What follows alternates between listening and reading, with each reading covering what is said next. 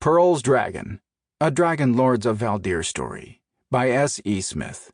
Performed by David Brenin. Prologue. Present day.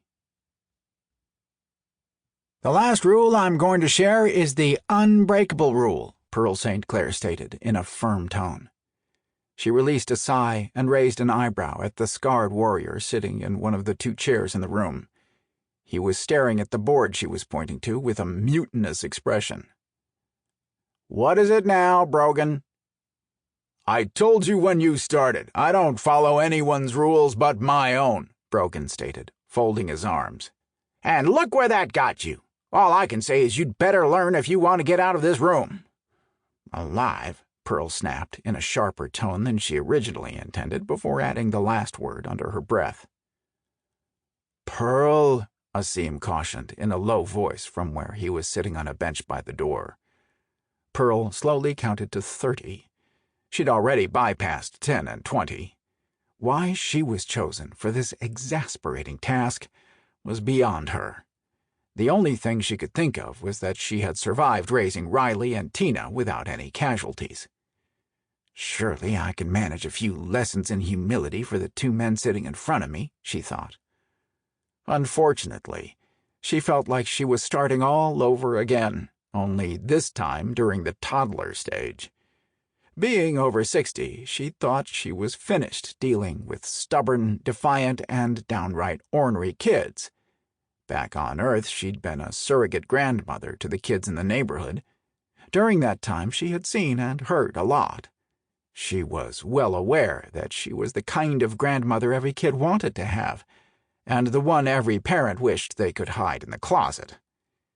She didn't dress like a grandmother. She preferred leather and boots to dresses and pearls. She didn't go to church. Instead, she owned a bar. She never carried a wooden spoon, but hell if she didn't still have a shotgun loaded with rock salt. Her platinum white hair was cut short, and she stayed in shape by doing yoga, Zumba, and weekend warrior trainings with her newly adopted great-grandson. Jabir, Mandra and Ariel's son, had captured her heart as quickly as her own great-grandsons, Rome and Leo, had. Unfortunately, Rome and Leo lived on the Seraphin homeworld while she lived on Valdir. Living on another planet wasn't much more of a problem than living across town, well, except for having to use a spaceship to visit. Still, Pearl was able to talk with the two boys regularly, and they loved visiting her here. At the moment, she would rather be with the cuddly little dragonling and his menagerie of unusual pets, or her great-grandsons. It sure as hell beat resisting the urge to find a baseball bat and knock some sense into two well-seasoned warriors who had an elephant's hair up their asses. As it was, there were currently only the four of them. Her, Asim, and the twin dragon warriors in the barn's tack room. Her classroom was not much larger than a 10-by-10 shed back home. There was just enough room for the table and two chairs that Asim had brought in earlier this morning, plus the bench he was sitting on by the door. Harnesses for the pactors, leashes for the smaller animals, and maintenance tools hung neatly on two of the four walls. The floor was clean, and the room smelled of the sweet, warm grass that was used as hay for the animals in the outer stalls. Pearl shot a heated glare at her amused mate when he smothered a chuckle. Asim raised an eyebrow in response and tried to look innocent. With a shake of her head, she slowly turned back to the twin dragons. She rested one hand on her hip and tapped her fingers against her side. She was really going to have a private talk with Asim later. She needed to remind him that her personality was not conducive to being a teacher. Pearl studiously observed her two pupils.